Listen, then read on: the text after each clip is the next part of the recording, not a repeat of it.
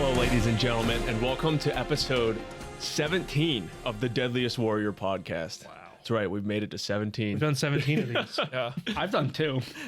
Are we going to keep up the kayfabe for the whole time, or can we say that we're recording this like these ones in advance? We recorded every episode. It's always recorded in order. This is definitely not the day before Thanksgiving. Yeah, I flew in twice and wore the same outfit twice. Yes. I'm going to change my shirt for the day. Yeah, nothing was recorded ahead of time. Welcome to episode 17. The Roman Centurion, the killer commander, whose brutal assaults led Rome to conquer the world, versus the Rajput Warrior, India's menacing martial arts master, say that 3 times fast, who defeated enemies with a diabolical arsenal designed to kill. Welcome, gentlemen, to the battle zone. Wait a second. Aren't all arsenals designed to kill? Yes. I'm your host today, Lucas, joined by Craig Taylor. Matt Davis. Mike Dooley. And we got Brendan over there on the watching the boards. We got Brendan Cam up. I think just important to note, me and Mike are coming to redeem the Roman Centurion tonight. Yucke! Yucke! And Craig and Brendan came to represent the Rajputs. Yeah. So. Hell yeah. Mm-hmm. So this episode continues my trend of not remembering season 2 for shit at all, which is why I came to the conclusion at the end of season 1, I called it my favorite season because it's the only fucking season I remember. Yeah. Is there a 3rd season? Yeah. Stellar. We'll get to it. It's entertaining. As I did get in this episode, though, I did have like the occasional flashback because this has some ridiculous weapons and some kind of fun tests in this one. And, don't you worry, biomedical Jeff Damelin has designed tests to test the killing power of these weapons. And Max will be entering that data into a program made by Slytherin Strategies. Oh, yeah. Well, I want to say something real quick about Jeff, because I didn't pick up that's what they said as he designed the test. I want to see like his like giant board with all the tests. He's like, okay, we're going to pig here, we're going to stab it, we're going to get a pig here, we're going to stab it. How many times do you see the word ballistic gel on there? It's a perfect simulation for the human body. maybe the funnest job of all time. Like, how are we going to test this ridiculous weapon? It's like, all right, we're going to hang a pig, we're going to hang chainmail on it, and then it's like a little kid talking to you at a birthday party where he's like, so first I filled up the water balloon, then I dropped it on my friend Tommy. Yeah. And then when they start the test, I'm going to go, doo, yeah. doo. And then we took the mace and we smashed both skulls. I just picture like it's like a Friday night, like 11 o'clock at night. Max is like shutting off all the lights in the fight club. And he's like, Jeff, you going home, buddy? And he's like, I can't pick ballistic gel or pig. Yeah. What do we do, Max? I'm thinking blood ball. And he finally gets it done. He finally picks it up. And then one of the people are like, one of the stations is like, should you have it move it? Damn it! And he spends another 3 hours figuring out whether or not he wants to move. Yeah. Between a battle bot. The attack bot. So I clearly did not remember this episode. And so before we get into it at all, like before you guys rewatch this episode, is there any like strong opinions on this one? Yes, I remember hating this episode when it came out. I thought that after reviewing however many episodes we've gone through to this point, that Deadliest Warrior could no longer get to me, that my brain could no longer be broken. But alas, I watched this episode and my brain began to fold in on itself like a paper plane. I stopped recognizing my loved ones. I forgot what it meant to eat, to breathe, to sleep. And I was corrupted in whole by this goddamn show. The Romans are done dirty in this episode. Ooh, hot and take. I have a couple grievance relievances to get out. I don't really come in with any vitriol toward the Rajput. It's more just sort of the incompetence on the show's part, I would say, in representing the Roman. Well, this is probably like the first episode that there's incompetence on this show. Yeah. Yeah, it's Makes sense. very straightforward and good up to this point. Yeah. So I came in with that bias and I still have it. So Yeah, my thoughts, and this is kind of how I felt at the end of the episode too, is I remember the Rashput is basically the Maori of this season, where it's the warrior that's meant to be like, bet you didn't know about this guy. yeah. And he has cool weapons. Yeah, so That's kind of what I remembered is like, oh, Rashput's kind of a cool, interesting warrior that doesn't get a lot of attention.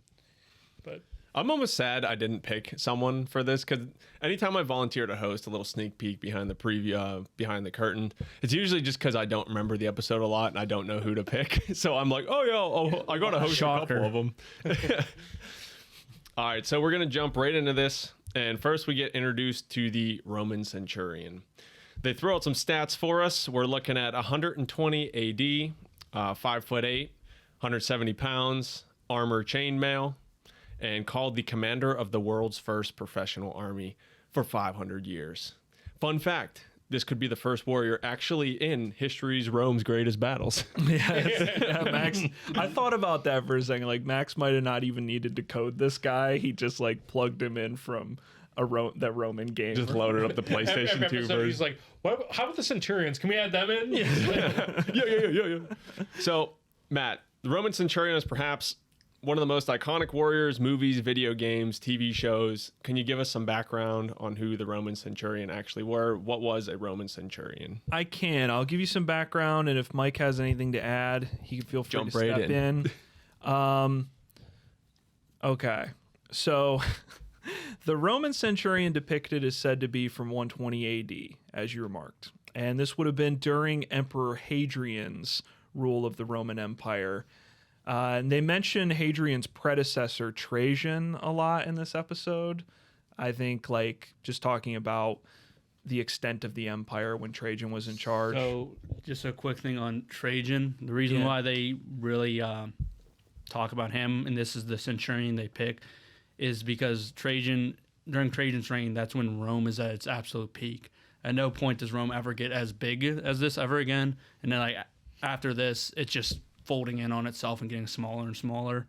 Yeah, breaking up into different factions. It kind of, we'll get more into it, but it kind of plays into the overall theme of the episode, where it's just like, look how much land Rome controls. How could the Rajput, who only controls a small area of India, ever come close to these people who conquered like the entire Mediterranean? And it's not too much of a fudge, because this is 120 AD for our Roman, and Trajan's rule ends in 117. So if you were around in 120, you probably fought in the Legion under Trajan. Hey, back then on the outside, like walls, you probably didn't even know he was dead yet because the messenger didn't make it yet. Yeah, right. Yeah, I mean, that guy's awesome. and maybe he was a regular legionnaire during Trajan and got promoted to Centurion for Hadrian's rule.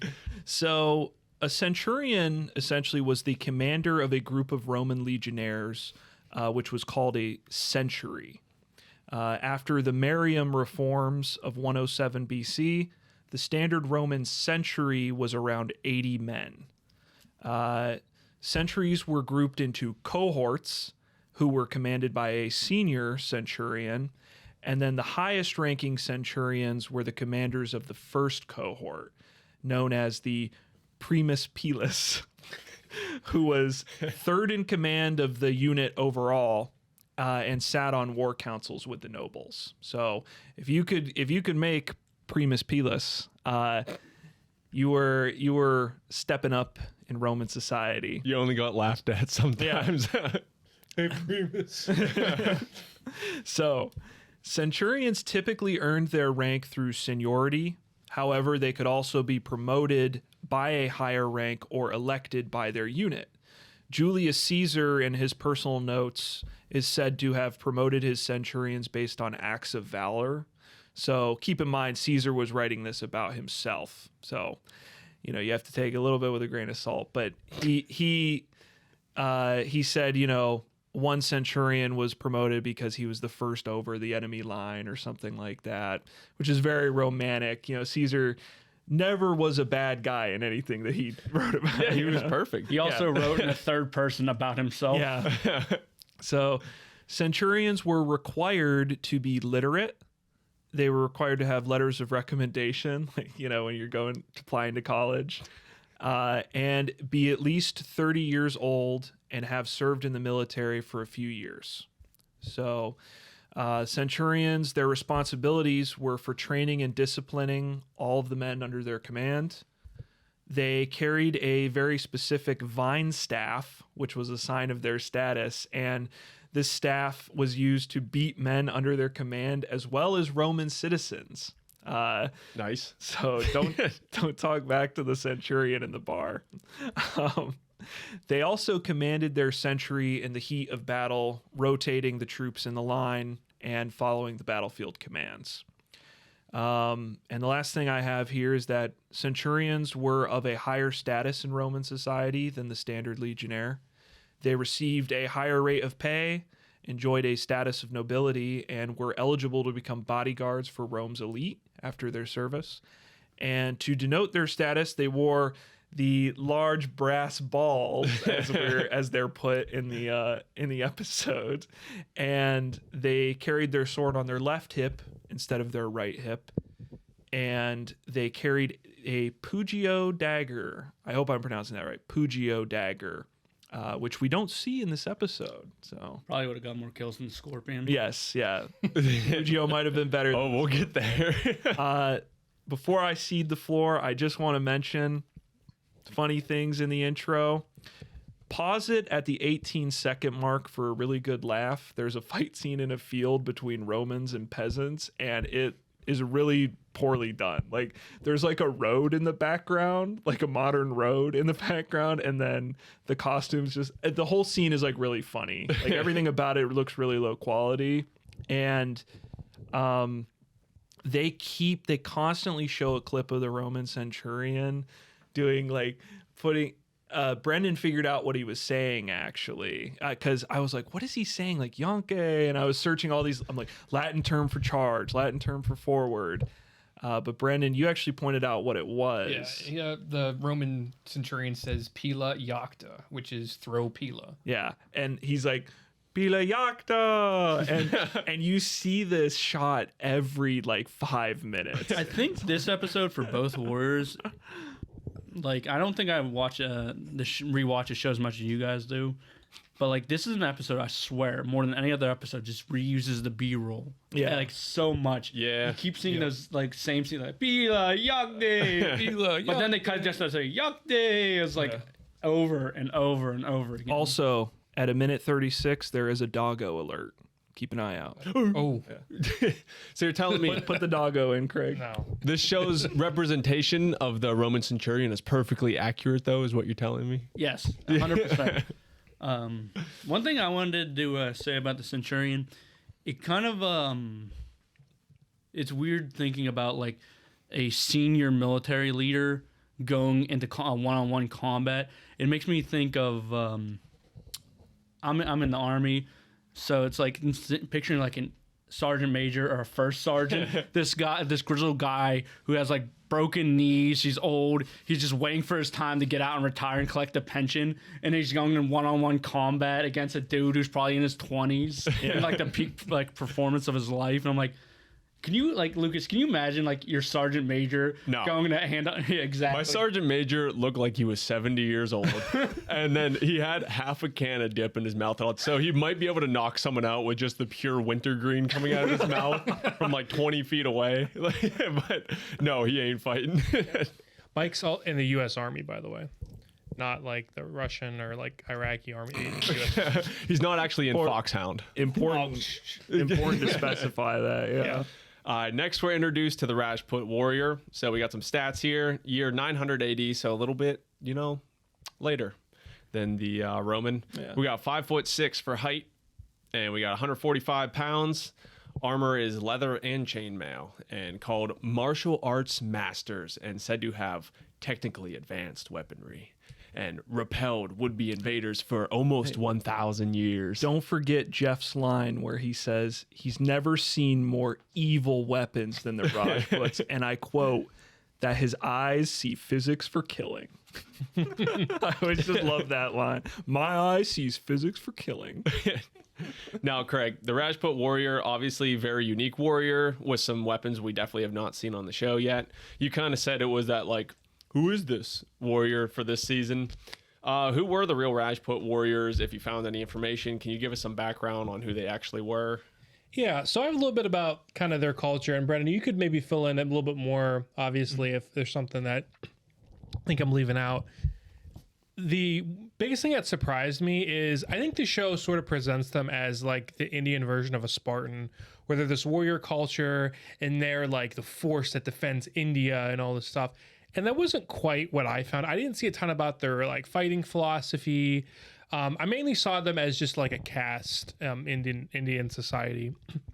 So their rule, from what I found, lasted from about the 6th century, well, maybe not the rule, but their existence, to around the 20th century. And there are still some Rajput today as an ethnic group within India. Rajput, as they say in the show, means a son of a king. And most historians believe that Rajput actually came from peasant communities. So an actual son of a king is probably not going to bother with fighting, but it's almost like an irony sort of thing. Like It might be just a title, like, "Oh yeah, look at you, you're a son of a king. Get out there and kill someone for me." maybe it was the king's sons, but like his illegitimate children. Like that his wife was like, "Get them out of this house." Yeah. He's like, "What if I make them soldiers?" Yeah. I really like my cool stepson. He's awesome.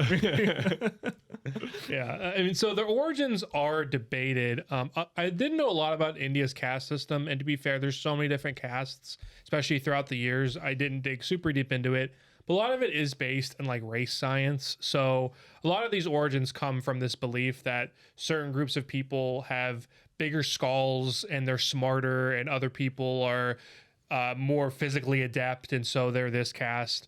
So there's 3 origins that are sort of debated. One, and this is something that colonists spread, is that the Rajput were actually descendants of foreign invaders, and some historians do back this up as a legitimate theory from like Islamic countries they may have been from. Some believe that they were part of the intellectual class who became rulers, which basically saying like they were smart enough and they had bigger skulls and bigger brains and stuff like that. Right. And others believe that, and this is also based on race science, that there's, I guess it sounds like a conspiracy theory, that every person in India from the 9th to 10th century was of the Aryan race, and that they're part of this. So I didn't totally. Yeah, if you're confused, this isn't the race science. Next. I just know the Aryan race that you often hear about was like from Hitler's studies, and I believe that was a misinterpretation of a term that was referring to like a race that lived in the Middle East or something like that. I don't totally know for certain, so don't. Here it is going over but my head. Look at The whole point is that it's not real and it's made up, and you're fine just the way you are. You're watching this video. I was thinking that because I was like, what do they exactly mean by Aryan race? And I was like, I don't want to Google Aryan race. Yeah, So right. I'm just gonna pack it up. I just want to point something out. The guy with the blonde hair is the one telling us about the Aryan race. Pretty damning evidence. Yeah, let's move on before we dig ourselves further down. So, they're from a variety of communities where the Rajput claim that they've like fallen. So like, again, pointing to the son of a king, this idea that like, oh, I used to be a son of a king, now I'm fighting. So this idea that they have this like nobility. And there were multiple Rajput kingdoms, although due to infighting, they lacked cohesion. And so they never really became a Rajput empire. Like I mentioned previously, the Rajput caste still exists to this day in some capacity. And one other last element of Rajput culture is that it's very misogynistic, as one might expect from an ancient society. Practices of female seclusion, reports of female suicide by standing on their husband's funeral pyre if they died young. And there was one instance, it's like the 1980s, is that late, where Wow. I think her husband died when he was 24, so she voluntarily like sacrificed herself on his funeral pyre. Move on, hey, girl. Move on. Hey, Roman Centurions, none of that. Yeah. Yeah, only good. Yeah, they're shining stars. My question None is, of that racist or sexist stuff going on. my question: how do I get a girl that loyal? You know? And also female infanticide. So if they wanted like a male son, they would kill the female babies. Brenda, did you have anything that I might have missed? One of the reasons why they got that noble claim is because they were championing and pushing Hinduism and Jainism. And because they were doing that, the spiritual leaders, the Brahmins, actually said that, yeah, you are a son of a king and you have this legitimate right to rule. So, Oh, Brendan, god damn it. Dang, phone alert.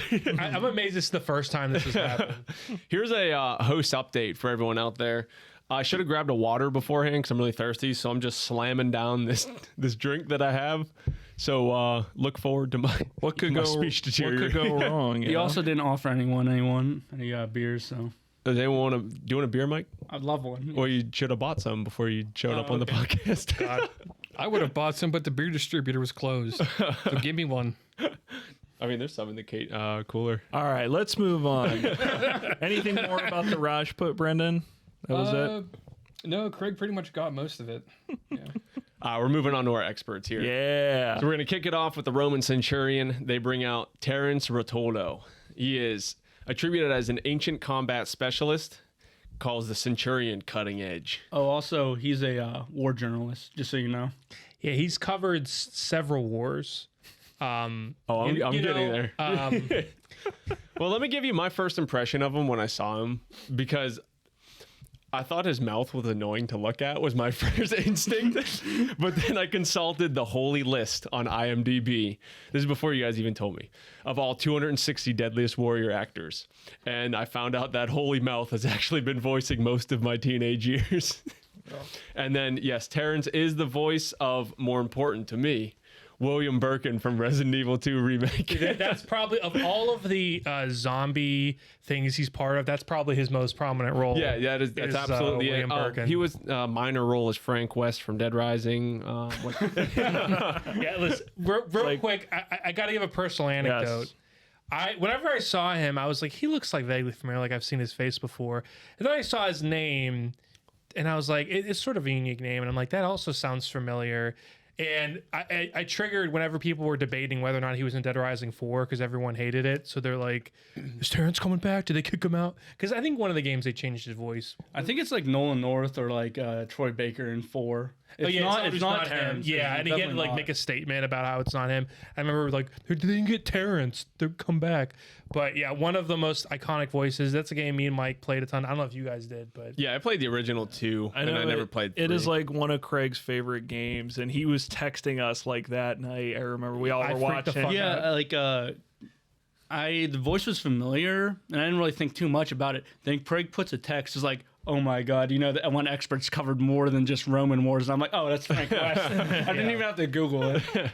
He's been in a plethora of movies, video games, and some others include Devil May Cry. I think it was the 4th one. Sorry. Other various Resident Evils, Ninja Gaiden, Killzone, Marvel vs. Capcom, which he was probably voicing one of the characters in that. Frank West. Yeah, probably. Or the Devil May Cry's in there too. Or just Frank West, since he's in there. He was in Ghostbusters, not the movie, the game. Power Rangers, a couple of different ones. The Scorpion King that starred Dwayne "The Rock" Johnson back in like the early 2000s, and just kind of a shit ton of stuff. So he may just be an actor, but he's a good one. He's a keeper. Is there anything else about this guy that I missed that anyone wants He has to a add? couple iconic lines this episode, but we'll get to them. Oh yeah. Also, he has kind of a whack fit. I'm sorry, dude. He looks like, I don't even know what he looks like, but he's got a bad fit. He looks like you're just trying to make your Frank West look ridiculous in the cutscenes. Yeah, he kind of looks like some guy you'd find at like Walmart, like smelling like the meat or something. Like it's a bad fit. All right. All right, we got Matt Lasky up next. Doesn't smell meat. Yeah. He is a Roman weapon specialist, I guess. To no one's surprise, he's an actor, stuntman, producer. They call him a swordsman, and I found an acting reel of him with a sword, kind of like auditioning for a movie, just some sword play. So there's that. He's been in Fear the Walking Dead, the less successful The Walking Dead. He looks like somebody As that would the be in The offshoot. Walking Dead. Yeah. You know what I mean? Just like the Yeah. way he just seems like a survivor in The Walking Well, he didn't make the cut for the original. He was in the not as good one. He was in The Equalizer. Second person on the show to be in Two Broke Girls, I believe. Yes, NCIS. Joe Ferrante was Yeah, he also was. on. Maybe they Two were Broke friends. Girls. Who Joe Ferrante? They should have brought him on as the Roman expert Oh, yeah. too. 'Cause he would have been like, "I'm an Italian American. I know everything about the Romans, baby." You know? Were the Romans wars? Yes. Were the Romans deadly? The Rajputs. Who? I mean, he's not. I've never heard of Rajput before this show. So. That would be a little bit more of a legitimate argument. He was in NCIS Criminal Minds, so good acting. As far as I could tell, both of these guys are just actors. Don't have any, don't have any royal Roman blood in them. Right. So Yeah. They're not descendants. I do want to mention during his intro, Matt Lasky refers to the Rajput as, he says that he's flailing around like an awkward sissy. Very Yeah. cool. Some that is a preview for some of the kinds of comments Matt will make regarding Yeah. the Rajputs. throughout That's something this I was going to episode. say is he's some thinly veiled racism coming from Matt. I understand there's shit talk in this show, but he lays on really thick, and even the aftermath, which we'll get to, he just does not. He just keeps undermining the Rajput to where I'm surprised like the Rajput experts don't get legitimately pissed. Is that, no, you. Yeah. you guys did the best experts of season 1. You should do the worst experts of season 2, or like just the most What's forgettable. the difference? Like the most forgettable ones that you just like. Who oh, goes up against Tetsuro? Yeah. No. We'll see. We're making a best experts season 2 list. We'll see what happens. Yeah, we got that. And we'll have the sim for season 2 coming out too. Matt Lasky will not be on the best experts list. No. Probably not. He's my veto. All right, we got our first little excerpt right here where it covers that Emperor Trajan, where he ruled over 1/5 of the world population, and as far north as the British Isles and as far south as Africa. So we're told that the Roman army was full time and they had to slay the enemies of the state. And we get some sick visuals of them just obliterating some peasants with the Gladius. So we move on to the Rajput experts here. We got Gungan Deep Singh. And he is. Gunga? Is that what it is? He's doing the way over his head. George Lucas reference to the Gunga. And the Gungas. Yeah. So, Gungan Deep Singh, the Rajput descendant, doubt it, weapons expert, called a direct descendant of a Rajput king, doubt it. He says Rajput literally means son of kings, so I'm guessing that's just where he gets that line from. They kind of reiterate that. And then he is a specialist in Rajput weaponry and hand-to-hand combat. So let's investigate that, shall we? All right. He was born in Toronto, Canada, which is pretty far from India, last time I checked the map. He spent almost 10 years prepping for a career in medicine, but switched to theater. I can find nothing relating him to the Rajput, shocker, other than the Deadliest Warrior IMDb. He moved to Los Angeles and is an actor in Far Cry Primal, Blue Bloods, The Detective, Nurses, and some other stuff I haven't heard of, and teaches Shakespearean acting in Los Angeles now. I almost bought Far Cry Primal. There you on go. sale. That's like the only one I didn't play. There you go. You'll have to check them out. Yeah. I mean, to be fair, both the Rashford experts, they at least seem like knowledgeable, I'll say. Yeah.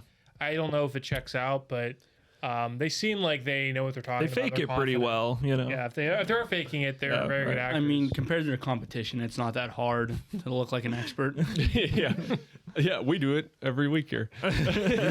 So go ahead out there, correct me if I'm wrong, but I don't think he is a descendant of a Rajput king. He might just be an actor.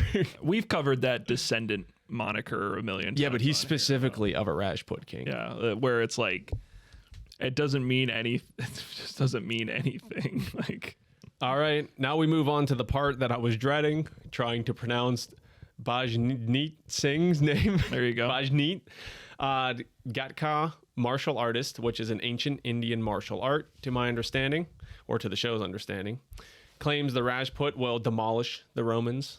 Bold claim there. He's labeled as an actor on IMDb, but only has a few obscure things on there. I found his Instagram profile, and his bio says dad of 3, Sikh, activist, and author. He wrote a couple children's book. I guess Ajit Singh, The Invincible Lion, was really popular. I've never heard of it, but it might be popular in other parts of the world. Interesting. He's published through Brave Lion Books, and I couldn't find, again, anything verifying as him, the martial artist, being certified in that martial arts. Couldn't find anything. and he might just be an actor and an author. So, Yeah. did I miss anything about this guy? Did anyone else see any other of his credentials?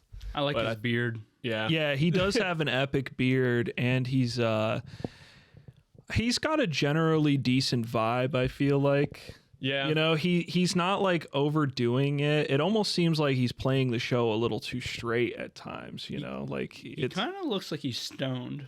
that's what I mean. Like he's very chill, and like you could actually talk to him and not be like, God, this guy's insufferable. So Yeah, as far as I can see, usually what happens with this show is the less you can find on someone, the more like, legit they are. or Yeah. like maybe they actually have to, because they're just not, straight up. Anytime it's like a straight up actor, it's just boom, there it is. The inverse property of Deadliest Warrior. Yeah, when I Googled Matt Lasky, it was like instantly headshots and Yeah. all of his listings, and I was like, oh, okay. It's Yeah, not his an actor. Instagram only had like 1,000 followers too, so it's not like, well, I'm just saying he's not like professional like actor like known or Yeah. anything or. Yeah, that's the thing is, you look at Barry Jacobson. He's like he's the example. Barry Jacobson doesn't have to convince anybody that he knows what he's talking about. Yeah.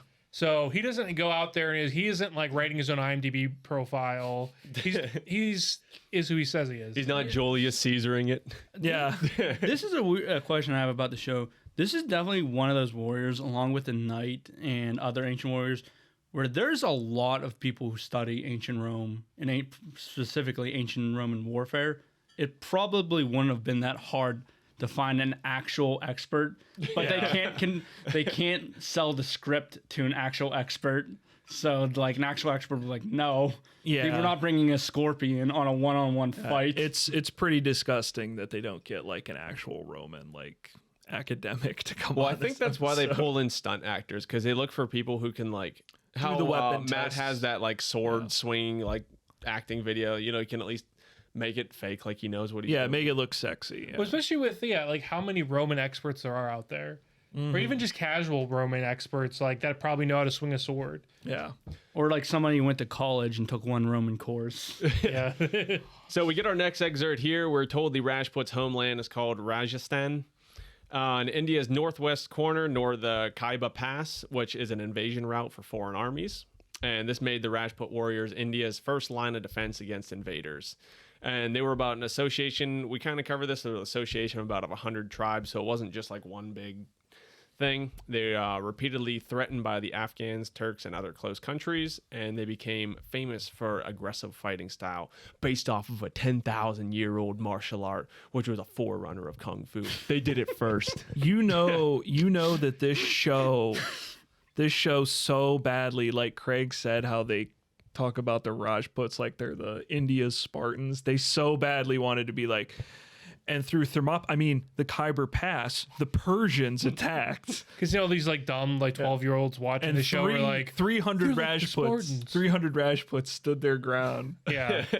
So wait, I'm like reading your notes, Lucas. So like, I don't understand. A 10,000-year-old, which was a forerunner for Kung Fu, Yeah, That's remember what they say on the show. but That's the not- Rajput are like, I don't the math. they're talking about the martial arts itself. Yeah, Remember, like- there's supposedly a guy that came from India that brought kung fu to to China. Remember we talked about that in the Shaolin monk episode. Yeah, it's that. Watch that after this. Oh, that's what I almost was going to ask you guys. If anyone knew what this Like and 10,000-year-old martial art is, that Hit the Gatka? I may. That like 10,000-year-old martial art. I was going to ask if anyone knew. I think it may be the one that is referring to like the Ara or Urumi. I think it's called Kalari Payatu or something. Was like the human skull fully evolved 10,000 years ago? I Yeah. don't know. Yeah. That's what I'm saying. It It's just like, sounds like a bunch of sissies flying around. Yeah, a bunch of yeah, awkward I don't sissies. understand like the math. Oh yeah, they talk about that and how they believe in the Shastra Vidya too, but they never really elaborate on what that exactly means, and they kind of lump it in with that martial arts, and it's very vague. And there wasn't much info online about. Maybe I'm wrong, but so now we get some back and forth between the experts talking about why they would win. And Matt says that the Rajput is the perfect matchup for the Roman Centurion because they're used to their enemies flailing around, and there it is, the awkward sissy line. Yeah, hell yeah. So Like if you're an awkward sissy, leave a like on this video. I need to let me know when this goes live so I can leave a like. Yeah. we get our initial picks that they like to do, where Max chooses the Roman Centurion because of the Roman Empire, and Armandorium picks the Rajput based off of their weapons and their ability to cause trauma. Jeff, nowhere to be found. They had to do the 2 and 2. Well, or Jeff's, 1 and 1, I Jeff's guess. eyes see physics for killing. So they jump straight into the weapons from here. And first up is the Rajput Weapon, the Qatar. And we get the stats. It is 1.5 feet, 2.5 pounds, steel blades, called a 3-bladed dagger designed to extract the enemy's intestines. And as seen on Voldo in Soul Calibur is what I remembered it from. Craig, can you tell me a little bit about the Qatar? Is this a real weapon that they actually used? What is this? I just want to say, I keep looking at your notes, Lucas, and you use text-to-speech. And the question says, Craig, can you tell me a bit about the guitar? I correct some of it, but You'll bring that up later. I actually have a note in here Yeah. about my text-to-speech that we'll get to later. Okay. So the guitar, I actually found a good bit about this and some interesting stuff. So it was considered a status symbol to have. The higher class would hunt tigers with them, so it was considered this very courageous and skillful act if you hunted a fucking tiger If you with wanted this to, guitar. if you wanted to kill yourself. Yeah. Most guitars were just the single blade, and with like the weird like Gauntlet. yeah. Is that gauntlet. the one? Is it 5 strings? Wait, was it Stratocaster? Guitar. No, guitar. Oh, yeah. Guitar. Yeah. Some had, and this is kind of fucking awesome. This is like some Ubisoft shit. Had like guns on the side, so like you would. That's like Deadliest Warrior. I'm not Assassin's Creed. Yeah, like that was my first thought. Is a lot of Assassin's Creed vibes. I wonder if they're weirdly inspired by the guitar with like the hidden blade, Yeah. because like obviously like the first one takes place in like The Middle East. somewhere in the Middle East. Yeah, so and Probably. like not Jerusalem. Yeah, It's it like takes the place. Damascus and Yeah, it stuff, takes yeah. place in like Syria. Yeah, so I would be surprised if the guitar was actually like inspired. But anyway, not all had that cool 3-blade thing. So the problem with the 3-blade, it sort of came about because whenever the British colonized India, they became a collector's item. And with that, practicality became less important. So if you stab someone, you can't extend the 3 blades inside somebody. And if you have the 3 blades, like all of the pressure and like your thrust is going to be on like these hinge points. It would probably fuck up the Yeah, it would mechanism. probably like bend out. Yeah, so it's not really practical to actually do the cool 3-blade thing, which also like one point that Matt does bring up, I think in the aftermath, is these crazy ass weapons, not just the guitar, but the other ones. Like if they were truly like, more cultures would have came up with like a 3 knife thing if it was really this practical thing. But obviously in the show they go with the coolest 3-blade one just to show off the stabbing. I was thinking that the 3-blade one, no one ever mentions this, that would be like maybe for catching swords. You catch a yeah, sword with like the 3-blade. defensive. Or your mic. They kind of do like they mention it gradually, like when he's demonstrating them there. He's like, "Oh, you can block with like this one with the 3-blade one." I mean, you could block with a lot of I stuff. don't know, Yeah. guys. You know what you can also block with? A shield. Yeah, you could. The Qatar gives doesn't me look sick. the Qatar is giving me heavy scissor vibes from the Gladiator episode. Edward Scissorhands. Like who would be carrying that around? We'll get into it. Just go Yeah. ahead. Just a couple more things. They're originally made from broken sword blades, so kind of a fun fact. I mean, they say that it's designed to pull out guts. I mean, I guess so. It's a blade.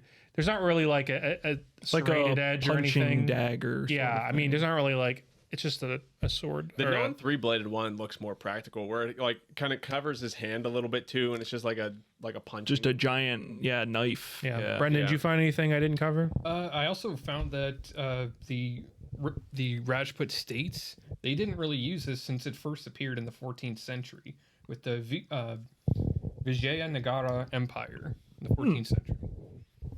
Well, there you go. go. Deadliest warrior never hesitates to do an anachronism. So we're gonna move on to the test here. So for the test, they bring out the closest thing to human flesh. What's a that? pig carcass. Oh, I'll be level with you guys. This is like one of my favorite tests to watch in this season, just because it's really fun. Very bloody. Yeah, it's the reason the show was so popular. Yeah. Because we all love to watch a pig just get annihilated. Well, they obviously like put blood bags or something in Yeah. these pigs too to get them to dump out like gallons and gallons of blood.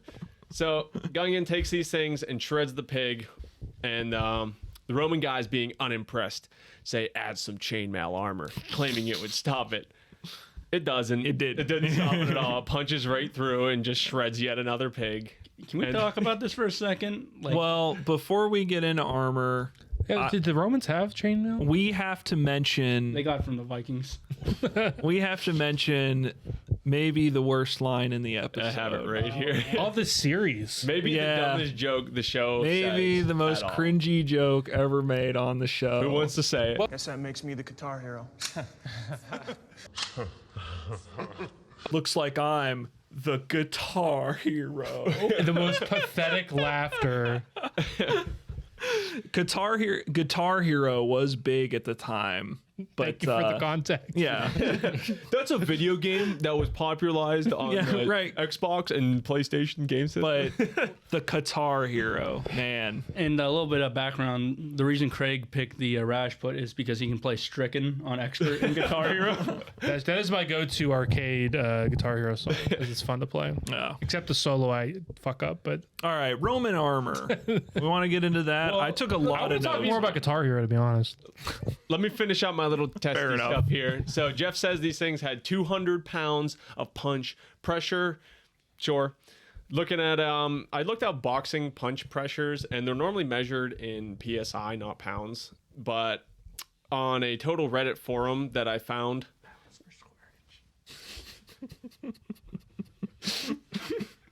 I know that. I'm saying he just says like 200 pounds of punching, and it's normally pounds per square inch is what I'm getting at. Did I mention at 136 there's a dog on screen? Okay, 300 pounds is different than 300 pounds per square inch is what I'm getting at. So I found So pissed. I found on Reddit, which makes it 100% true, that a professional boxer can punch around 300 pounds, not per square inch. Well, so So don't look too much into that. the whole gladiator scissor thing, I was thinking, what if they brought Chuck Liddell on to try out the guitars? You know, you mentioned the Scorpion King earlier. How has The Rock never made an appearance on this show? Oh, I should have. He's making too much money, probably. Too much dignity. Yeah. I mean, then Terrence admit it was an awesome weapon, no doubt, but you're never gonna get that close. Yeah. Of course. Go ahead and cover your armor.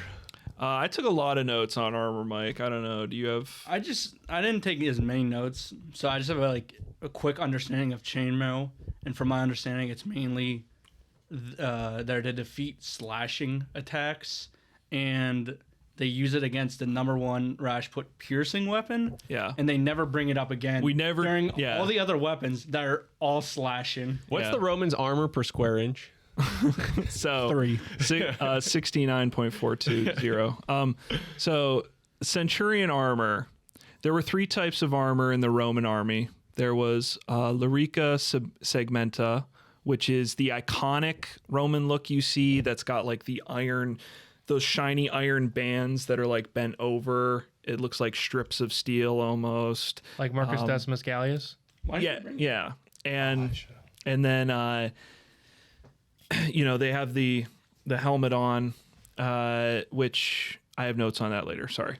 The other 2 types of armor, there was the Lyrica hamata, which is the chainmail, and then the Reliqua squamata, which is a type of scaled armor comprised of many small, like linked plates of iron or bronze. So they look like little fish scales. At this time period, centurions would have worn a helmet known as the galea, and it would have most likely been made of iron. So here's the deal. Historians debate about the different armors. Chainmail was the most widely used, and eventually became the Roman military standard after the 4th century because it could be mass-produced and easily maintained. However, Lorica segmenta provided greater protection and is thought to have been worn by legionaries before the 4th century because it provided heavier armor and was lighter than a chainmail. Around the time the show's Centurion would have existed. So, it's important to note, what are you guys fucking doing? I'm trying to concentrate so hard and bunch of giggling Gusses over here. Told Mike a joke. Apparently I didn't get the joke. Not good for air. Okay, all right. So It's a bathroom joke. the Lorica segmenta could have been used on this show. It wasn't that common, but people believe the legionaries had it before the 4th century, and it was a little more expensive than chainmail, but a centurion probably could have afforded it. The other form of armor was that Lorica squamata, the scaled stuff. And there's a lot of depictions in Roman art of Lorica squamata specifically being worn by centurions. This also would have provided better protection. Case in point, this centurion could have been better armored than just chainmail. I think the show was just being lazy or maybe wanted to even the matchup up because chainmail was widely used by the Romans. But they specifically make this 120 AD, so I don't know, it leaves it open. They also never mentioned the Roman shield, the scutum, or as we like to call it, the scrotum. We see it in this episode, and Terrence talks about it a couple times, but it never gets tested against anything, which is weird to me because it's such a key part of their arsenal. And They mention it a couple times, yeah, but there's no like formal address. and I don't see any of the Rajput's weapons going through It's it. weird. Romans had this shield formation, and it was like they came together almost like a phalanx, but it was much better than a phalanx. It was more maneuverable, and they used that formation to conquer Greece. Just They're looks like the superior. oldie tank when they all just come together with the shell. The testudo, the turtle.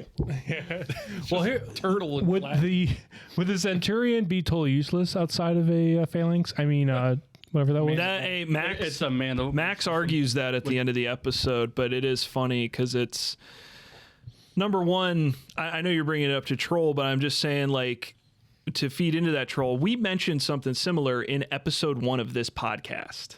We mentioned that the Spartan fights the ninja, and a Spartan usually fights in a phalanx. We said nothing about the Spartan not being able to fight outside of a phalanx, but we got a couple comments on that video saying, the Spartan doesn't need to fight in a phalanx or whatever. Well, they literally argue that on this episode, and if you're Spartan fans, hopefully you're Roman fans too, why don't you go leave Max some angry comments instead of us? Number 2. Looks like somebody hit home. Right, yeah, right.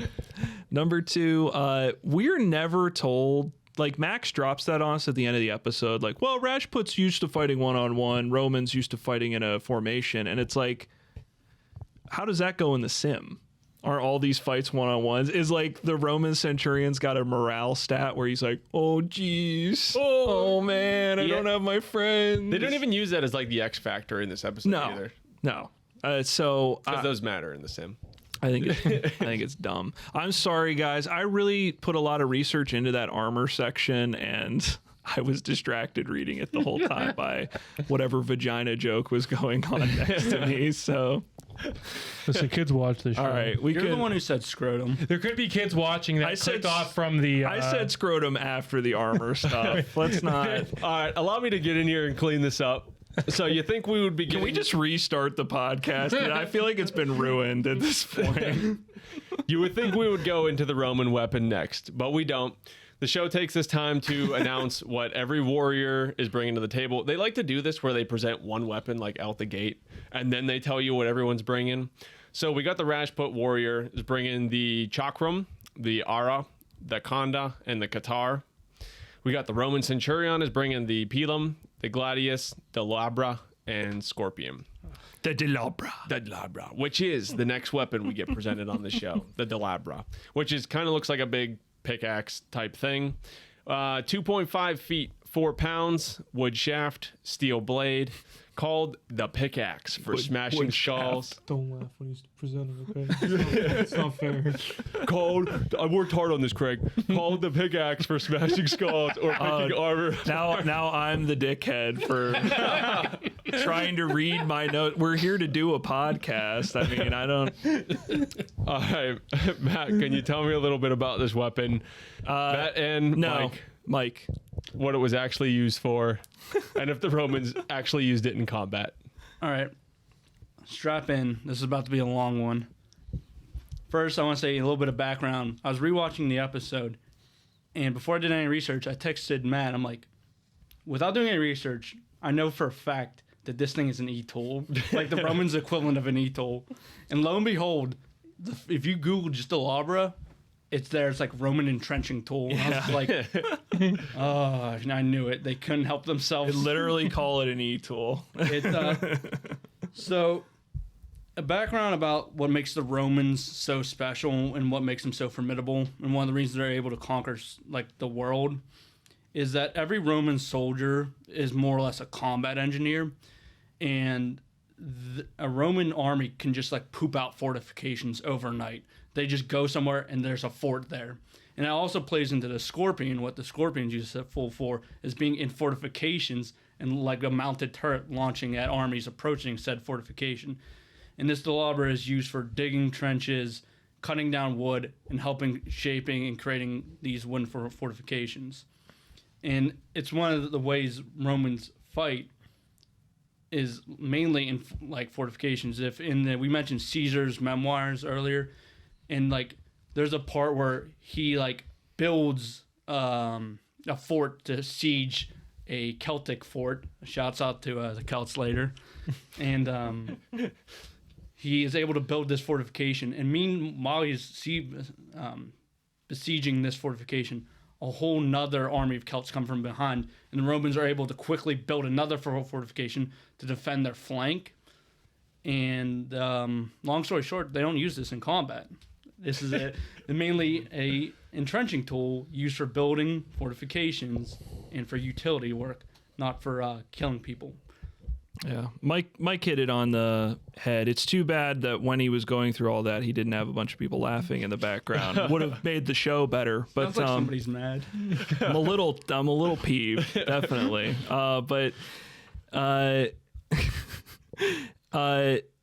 Mike hit the nail on the head. It is an entrenching tool, and I think this is a case of Deadliest Warrior forcing something to be a mid-ranged weapon. But the Roman army did carry spears, known as hosta. Now, it's unlikely that a Centurion would have ever fought with one of those, but it would have been better to give them than a pickaxe, which would have never been used in combat. Probably wouldn't have fought with a Pilum or a Scorpion either. And it was probably detrimental in the sim because you can't wield a shield with the Delabra, probably. Like, it looks like it's two-handed. Maybe you can. I mean, but it's almost like it's used to break rocks and trees. Without the shield, like the Spartan, or the Spartan, the Roman is then vulnerable to a lot of the Rajput Freudian weapons. slip. Yeah, right. They're so similar. So it's, Well, yeah. Unlike what you said, they do test this like a weapon on the show. As they do, they set up a torso dummy with Rajput armor on it, which is cloth, chainmail, and leather, layered in that order. Terrence said it's designed to go through rock, so it'll go right through that. Which, to his credit, it does go right through that armor, as well as taking off the head on the first swing and then arm on the second swing. Although, when you watch the slow-mo, he doesn't necessarily, like, he just kind of blunt strikes the head, and it just kind of, like, falls off. Dissolves off. So... not that exciting of a test. The pointy end goes through the armor, the blunt end hits someone. I gotta mention an editing mistake in one of the B-rolls they show. At 12:36, the Centurion knocks an enemy down, then he spins the axe like he's gonna come down with the pick end, and then when they cut to it hitting the body, it's back at the bladed end. So, Wow. yeah, right. Messing up, guys. The best part of the test is at the end when Frank West delivers his Terrence. When Frank West delivers his line, I think we're done here. Which I was telling Craig, it sounds exactly like what Frank West would say at the end of like a boss fight in Dead Rising. done. And when the dad's like, I think we're done here. We get another legendary line when the edge is given out. Yes. Yes, I have that. To keep the edge short, Max backs the axe. That's one of the best Max lines of the entire Yes. series. Yeah. Max backs the axe. You know me, we saw a dismemberment and a decapitation. So in this case, Max backs the axe. They say both weapons perform extremely well against armor, but the added range of the Delabra gives it the edge. Do we agree with this? Yes. Can Yeah, I I also think it's point out what the Indian experts say? They point out that the Delabra is a two-handed weapon, and it's slow and cumbersome, and that the Katars could easily get in there while he's swinging. And then we'll get to the Rajput sword, which is a slow two-handed weapon, which you could easily get in. With the Gladius, yeah. But I don't know. I think way these around. are really hard to compare. I think it really depends on the scenario, which can be said, I guess, for most weapons. But what range are these? Could they be close range? Yeah. Could they be medium range? I mean, I don't know. Special weapons, like, what do you call this? yeah, it is hard. Leave it there. Just cut there. It is hard. No, it is hard to determine an edge between these guys because between these weapons. I think if you're doing just like one's an axe and one's like a punching dagger. I almost would rather have something like a Qatar, but like because the Delabra is not a combat weapon. If you have like a Rajput Warrior and a Roman Centurion in a field in Hollywood and all they can use is one or the other, I think the Qatar would get the edge. Yeah. Obviously, like the pickaxe is like flashier, but like what would I rather have? I'd rather be able to have this thing than I mean, I'd rather have a scorpion. Yeah. yeah. That Mrs. Puff weapon. She's like,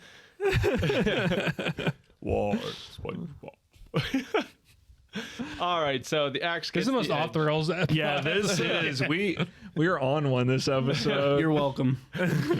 Max backs the axe. We move on. We get the X. That kind of hurt my wrist.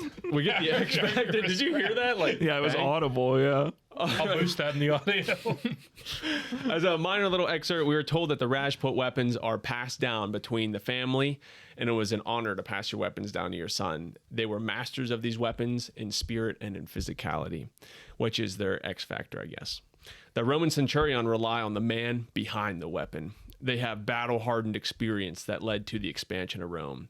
They are called a machine. The Centurion has 15 to 20 years of experience and had big brass balls, not the weapon. How does that factor into the sim?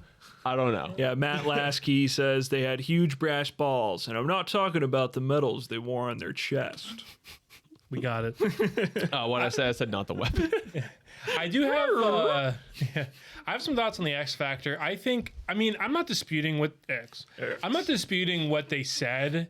Because I didn't see anything to support that, but at the same time, I could see obviously them passing down weapons. I think would have been a better X factor is if you put yourself in the mind of, again, a Roman Centurion fighting a Rajput in a field in Hollywood, like the what would you call it? Like unconventional weapon design, I think would be a really good X factor. Because if you have like a Centurion versus a Viking, a Centurion's gonna be able to tell, oh, that's his sword, that's his axe, blah blah blah, that's his shield. If you see a fucking whip sword, you're gonna be like, what the hell is that? And you're gonna be legitimately like, what do I even do to counter this? You'd probably be thinking it's some sissy flying around. Yeah. So I think that would have been a more interesting X factor, being like, if you encounter a Rajput just randomly as an ancient warrior, you're gonna be very thrown off with what these weapons are and like how to counter them. So I think that probably would have been better. That's sort of like what they're saying, but not really. Yeah, they do the X factor in this season, but they don't seem like they mean a lot. It's always just their training. They're like, well, the training. Oh, and the training. Like, half the time they forget about it in episodes. Like they just don't even have one. How does passing your weapons down between your family? How is that an X factor? I don't, because they're masters of those weapons. Well, like anyone who trains with a weapon is a I think it's master. just the fill time. It said specifically like they developed a wide variety of exotic edged weapons, and so I think it's more to Craig's point of like if you see something. Like a Roman is going to see that and be like, what the hell is some of that stuff? I just have a scorpion. I guess it. Hold on. Yeah, right. Halt. You have to say 5 Mississippi before you come at me. All right, we got the next weapon here that's presented to us. The Roman, it is very iconic weapon, the Gladius. The short-range weapon of the Roman Centurion. It is 2 feet, 3 pounds, steel, the edge dealer of death, and used in combination with the shield. So this is one of the most recognizable swords in history. Matt or Mike, whoever wants it, what can you tell us about the Gladius? It's been in tons of movies. It's been all throughout history. What is this sword? What was it used for? And I know they carried it. So I don't know, Mike. You wanna take on the Gladius, and I'll see if I have anything else. My quick theory before you get started is I think this is one of those weapons that's so iconic there's like no information. I can see that. It's a lot of like simple information. Yeah, it's actually yeah. it's not like the katana where there's so much that it's too much. Yeah. It's like a nice in between of the Googling it and you just get the Deadliest Warrior wiki and Googling it and you're like shotgun. Oh boy. So the Gladius, in Latin, Gladius means sword, and the full name of the Gladius is the Gladius Hispanis. You want to try this word? Hispan penis is what it looks like. It translates to Hispanic sword, and this is Sorry for all the Latin speakers out there. All the kids clicking off from the Planet Zoo video onto this podcast. Yeah, Shout out to the Planet Zoo video. I know Deadliest Warrior isn't like the mecca of historical accuracy, but at no point do they mention like one of the things that's famous about the Romans is them adopting weapons from other places that they conquered. Yeah. And this is one of those examples. Is after the First Punic War, Rome goes and gets control of Hispania or Spain, and they get this sword from the Celtiberians from Spain. And they liked it, so they made some changes to the sword and adopted it as their primary sword. And like we see in the show, it's mainly a piercing weapon.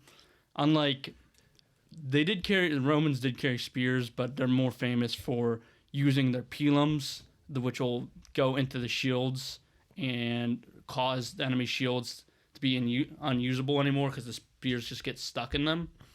And then they use the Gladius to go in there and clean up with piercing strikes.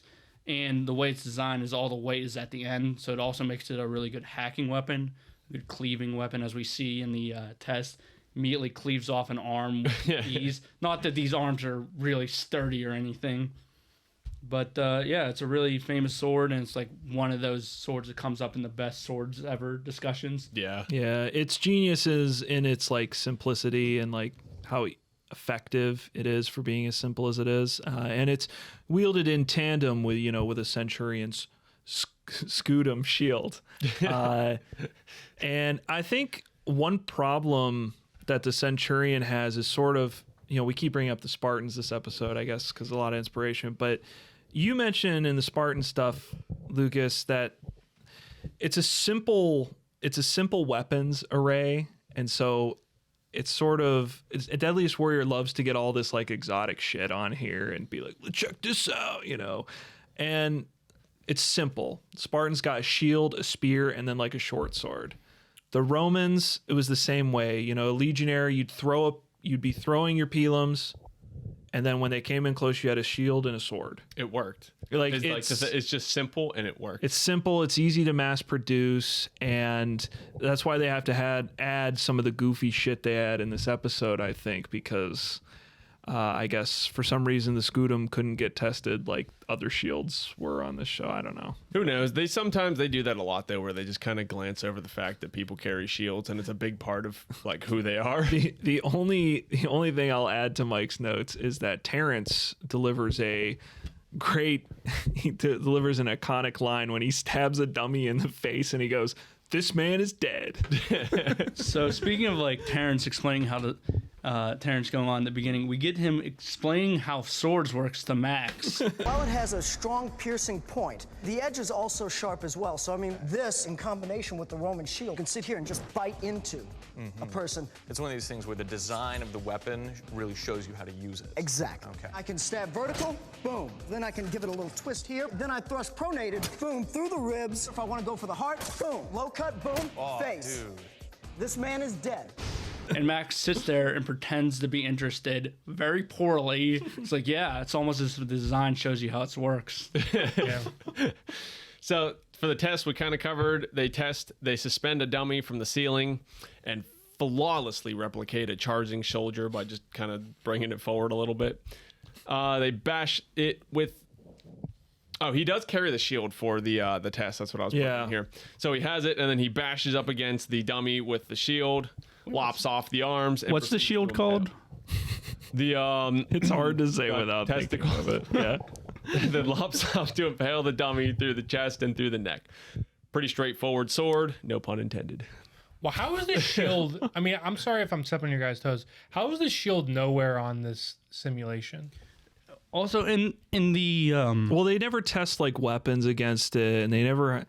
It's the same reason they never test like any of the Rajput's weapons against the chainmail, except for the first set. But That's isn't it, definitely like, going to go super, through it. Like a big part of their combat style is using their shield. Like, Yes. to where, like, if you look at the Tarj and Dirk, if fucking William Wallace gets that, I think the Roman Centurion should get the shield as part of that's the the point I'm trying to make. Is Yeah. that why don't they use that more and cover the scrotum a little Take more? out the scorpion and just put the shield as. in in the entire B-roll, the Rashput also has a shield most of the time, and then the Kunda is obviously a single-handed sword. You can just tell by the hilt that there's only room for one hand. Yeah.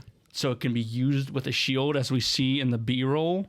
And they never even mentioned that the Rajputs would carry a shield. Yeah. So it's like both the warriors get done dirty with it. It's brought up one time during the Pilum test where they throw the Pilum into a Rajput shield. We can get more into the Khanda after Lucas. Speaking of the Khanda, it's the next weapon we're introduced on the show. The Khanda, the condom. There's a lot of like easy to fuck with names. Oh, yeah. So it is, of course, the Rajput. Conda forever. Kondo. X. I never freeze. It is the Kondas. So I've never seen that movie. It is the short range weapon of the Rajput. It is 3 feet, 3.5 pounds, steel, used in a circular combat pattern to utilize the weight in the tip. Craig, can you tell me about this interesting looking sword? I'm assuming this is a real weapon. Can you tell me about this technique that they used with this weapon? I honestly didn't find a ton on this weapon. It does seem legit. It sort of reminded me of the Kanabo in that the Kanabo is sort of a fake weapon, but this I think is actually used. Although this weapon, like the Kanabo, has a religious significance. It's represented a lot in religious iconography, and it's often associated with a warrior's last stand. So, a warrior surrounded. He'll take out the Khanda and just start fucking whipping it around until he dies. So I saw that. Brendan, did you see anything else? Yeah, the figure in Sikhism was Baba Deep Singh, who was famous for wielding his Khanda as the last stand. So yeah, you were right. And Interesting. What our expert's name is Guggen Deep Singh. yeah, So Aren't they both last names same? Yeah, every Yeah. representative for the Rajput on this episode has the last name Singh spelled exactly the same. it's a really common name, especially It's probably like Sikhism. Smith or Jones and like yeah, right. Yeah. Mugen. Nguyen. yeah. You win not or whatever. sure. Yeah. Yeah, but this weapon, it was around for a long time. Like, there's archaeological evidence that it goes back to even 600 BC.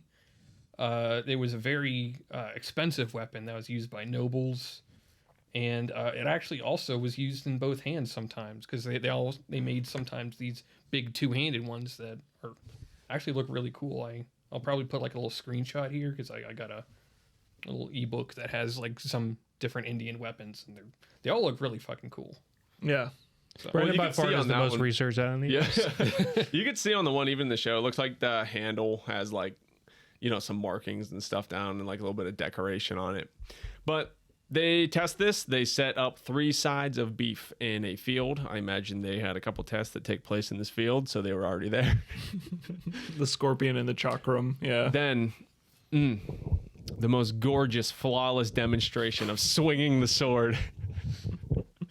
He just kind of downward slashes at each one, and he tries to do like the spinny stuff, but this flawless circular motion gets thrown right out the window. He almost manages to make this look unwieldy, like it would break your wrist. Needless to say, you could just tell that like someone just explained to him, like you got to like spin and like keep the momentum going. And It looks like he's faking that the best he can, and then when it comes to hitting, like he just takes it, puts it in both hands, and swings like you or I would if we. It's like, hey, swing this at a piece of beef, and you're just like, all right, I'm just gonna swing this as hard as I can, I guess. Like, spin around while you're doing it. make yourself dizzy a couple times. Needless to before you do it. say, the weighted tip of the sword allows it to cut straight through these sides of beef, put some deep cuts in it. And then so we just move straight into the edge. It is given to the conda for the amount of trauma it is able to cause in a short amount of time using the circular motion. And they say the beef is thicker than human. Any complaints about this edge? Yeah. So in the show, like throughout the entirety of the show, do they just give it to the bigger weapon? Yeah. The bigger sword just gets it? Typically, they always give it to like the bigger thing. And Except for the scorpion. it's funny because they learned their lesson with the ballista in Alexander the Great's episode where they were like, yeah, just because it was bigger doesn't mean it was actually better. All I will say is, the conda is tested like with two hands, creating way more force than you would with one hand. So I don't know, is the Rajput using this one-handed with a shield? Is he not getting the shield when he's doing two-handed? I also just want to say that the stats that they give the Rajput that's going into the simulation is like 5'6", 145 pounds. Yeah, and not that. Spartan's a lot bigger. He's like 5'8", 170, and so he's coming at him with this sword, like, yeah. And I do sort of see that. Obviously, the real technique from an actual Rajput would be a lot more graceful. Oh, yeah. I just think, I think the weapons are. This test is so goofy. This conda test is so goofy. Like, this guy is just out here swinging at this beef in the middle of a field, and Looks fun. it does look like a lot of fun, but I just think the Gladius is, I don't know. It's perfectly designed in tandem with the Scutum, and the last thing I'll say is Gladius is going to go through the Rajput's chainmail. I would like to see the conda slicing weapon put up against chainmail. We don't get that test on the show. I don't know, would the force be enough to crack through it or not? But Might break a bone underneath. we saw a katana stop dead in his tracks by simple chainmail. So would the conda fare any better? I don't know. I think it would, because with the weighted tip, it seems like it would act a lot like a falchion than like medieval Europe, Okay. which it can really go through and like bust open chainmail, kind of like an axe. And the Rajput is fighting against other people in chainmail, probably. So you would think he's not carrying a weapon that would be useless against it. I don't know. It's just a test I would have liked to seen, and I'd like them to clarify. They've always been bad at this on the show, but clarifying when is a shield being in use, when is it not? I don't know. Instead, they're just like, here's these two swords. Which one's better? The longer one. This one's 3 feet and this one's 2 feet. So this one gets the And I think Mike would agree with me that, especially, I think the timing for when they say that this Centurion is represented would make a lot of sense, because if this is after Trajan, this would be after the Dacian campaign where they had these big sickle falxes that could go straight through the shields. But what they did is that they like reinforced it, and they reinforced their helmets as well, so those couldn't go through. Okay. So if this was after that campaign, then maybe they would have that reinforcements on the shield and the helmet, and it might not be as effective. Are you asking them to do research? Yeah, it's almost like, Brendan, some of that stuff would have been fascinating to hear about in the episode. Yeah, but, actual I can dream, okay? but instead we see Guggen Deep Sing swing it like a giant side of beef. Hey, and we get Dorian going, 1, 2, 3. That's 4 sets of cow ribs. Those are thicker than humans. People ribs. You guys think they cook the beef up afterwards and feed it to like the people who work on the show? People who hope mix the so. sets? I hope it's not like a total waste of just. This is America. That beef goes straight in the trash. We get our next little excerpt right here, and this one is not from the show, it's from me. because I write out my script using that voice to text. And at this point, I accidentally, instead of pausing, I hit play from the beginning. So here is my word, speech to text. Kids, if you haven't turned it off yet, turn it off now. You fuck. Are you fucking kidding me? Fuck you, you fucker. Oh shit, fucking restarted it. Thank you for capturing that word in my range. With that, we'll move on to our next Rajput weapon. That is the Chakram. Chakram. It's the circly frisbee. Like edit chakrams in my hands right now. So we got range of 25 yards, 11-inch diameter, 1 pound steel, a ring used to decapitate from a distance. Craig, can you tell me exactly what this weapon was used for? Is it just a sharpened frisbee? A little insulting, but I mean, That's what the Romans said. yeah, fucking Matt, well, not you, but yeah, met Mr. Lasky. Mr. Lasky. Yeah. And you.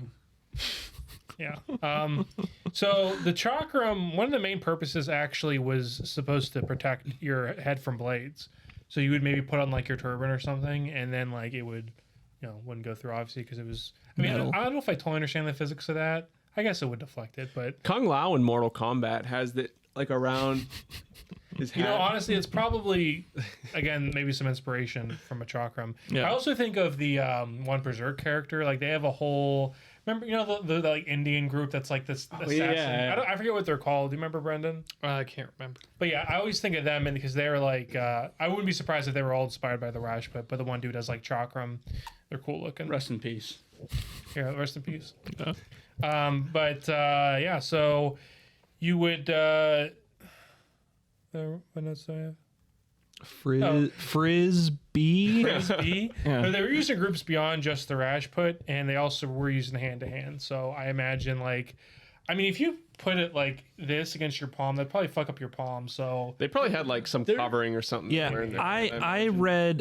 read the specific phrase I saw was that you could use it as a knuckle duster. yeah, that's what I was thinking of. I kept saying the Knuckle word dusters. duster, but You could probably wear some sort of glove or something. There's that would. knight fighting techniques where you hold the sword upside down and use the pommel as a hammer. I believe I brought it up in the Knight versus Pirate best episode. yeah, but this is the but Rajput. it's the blade. There's ways to hold blades in your hands, and I guess if you know what you're doing, you won't cut your hand off. Yeah. That does This is seem the like one of chakram those- and the Rajput, not the knight and the sword, Mike. I'm just saying the knight should have won. Brendan, did you find anything? Yeah, I did find out that with most chakra, that their blade is slightly sort of like a dome, so that when you throw it, it gets a little bit more range because it creates like an airfoil effect. And this was found even on like some ancient chakram. Yeah. So this was I- pretty neat. I will say I went into this thinking that the chakram was fucking absurd and stupid and was just a frisbee, and I was humbled by the research that I did. A lot of cultures developed the chakram as a weapon, and because it was lightweight and it actually had a pretty good range, a lot of cultures would prefer them to javelins for certain situations. So it is legit. They were used in battle. I have some things to say about this particular matchup against the Roman, but I have been found corrected on the chakram. I also read that a really skilled way to do it was you would actually spin it on your finger, and look at the fliglarius. When you spin it on your finger and you go, whew, and you could throw it like that, and that way you're spinning it on the edge that is not sharpened, the inner edge, and throwing the sharpened edge at the target. And it just reminded me of Ultimate Frisbee in high school when you and Adam would try to come up with goofier and goofier ways to throw the Frisbee. So, Had they been sharpened, we would have cut ourselves. I imagine, just like a lot of weapons, we get presented like one specific example of this too, where it's specifically 11 inches. I imagine there probably is like various sizes of this weapon, and various where like maybe you don't sharpen like a little bit here so you can hold on to it. I have some criticism about the test. They tested against a pork loin. Yeah, and we can move down to that. Yeah, quick. sorry. You go ahead, Lucas. I'll run us through it real quick. Yeah, they're back out in that field again, and yes, as you said, they use a pork loin, which is the size of a centurion's neck.